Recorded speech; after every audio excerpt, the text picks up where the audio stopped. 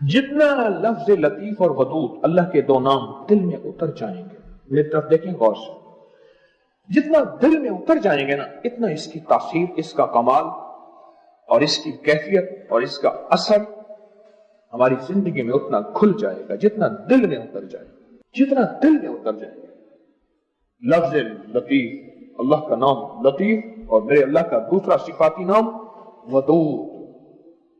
ودود، جتنے یہ دل میں اتریں گے اتنا زندگی میں اس کی تاثیر، اس کا کمال، اور پھر اس کی ایک پھونک، اللہ اکبر، وہ ہوگی جو آتش نمرود کو، نمرود کی آگ کو بجھا کے رکھ دے، ایک پھونک، ایک پھونک۔ لیکن یہ ہے کہ یہ دل میں اتر جائے، اس کا یقین اتنا ہو کہ میں اللہ کا نام لے رہا ہوں، اس کا یقین اتنا ہو کہ میں اس ہستی کا نام، اس کا یقین اتنا ہو کہ وہ حرف جو قرآن میں آئے ہیں، اس کا یقین اتنا ہو کہ وہ بول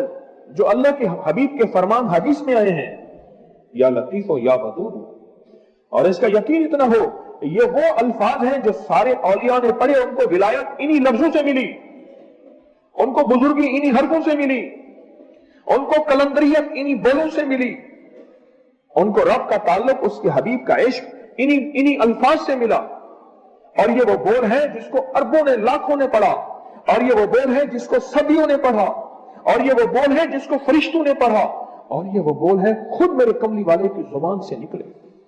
تو یا لطیف و یا ودودوں کو ایک تسبیح سے بس، باقی آپ کے اپنے معمولات، تسبیحات، ذکر جو آپ کر رہے ہیں کرتے رہیں، کسی بھی وقت،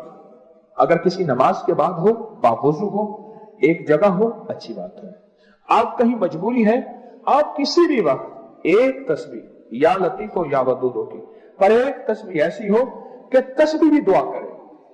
ہاں تسبیح بھی دعا کرے، ایک تسبیح ایسی ہو کہ تسبیح بھی اندر سے خیر کہے کہ واہ تو نے کیا کیا، میرا حق ادا کر دیا، خود تسبیح بھی دعا کرے۔